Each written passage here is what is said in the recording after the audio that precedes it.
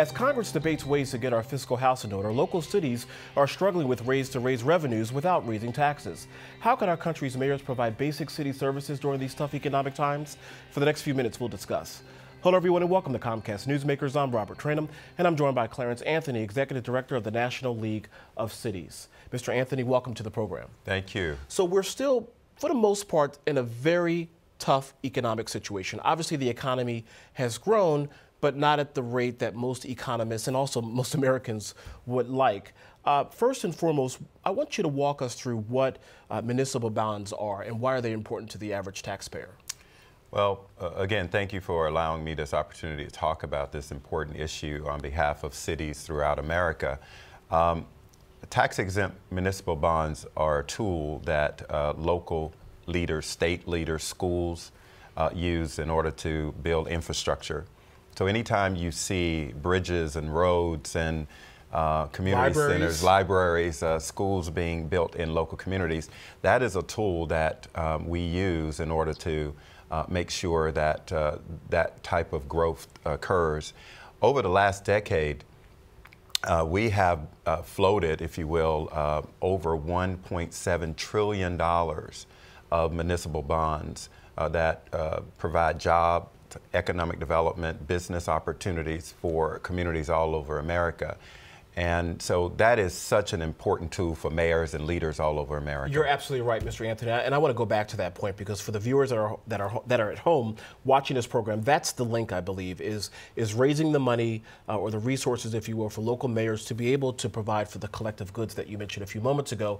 But it's also that indirect connection to the jobs, whether it's, let's say, for example, building a local library or school, the construction jobs, the roads that go to that library and school. It's connecting those dots. And I don't believe the person at home that's watching the program may understand.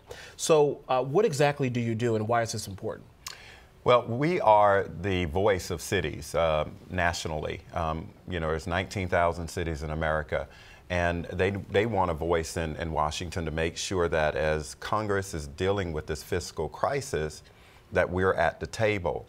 And very candidly, Robert, we know that America is in a really difficult time right now. And we know that have to be tough decisions made, but we don't want it made on the back of cities and communities. What we're finding is a challenge in educating Congress about the fact that the real jobs, they're not created in Washington. They're created in the cities of America. They're created by Mayor Nutter in Philly. They're created by our president, Mayor Rogers, in Avondale, Arizona. That's where the jobs are created. So our goal as the National League of Cities is to make sure as we have this conversation in Washington, that it's a conversation that involves the city's perspectives, the real citizens and the business. You know, it's interesting you mention that because when you hear lawmakers on Capitol Hill, Mr. Anthony, they will say, we need to return more power to the states. We need to empower states and cities and municipalities to be able to make these decisions. So it sounds like perhaps maybe there's a disconnect in the conversation?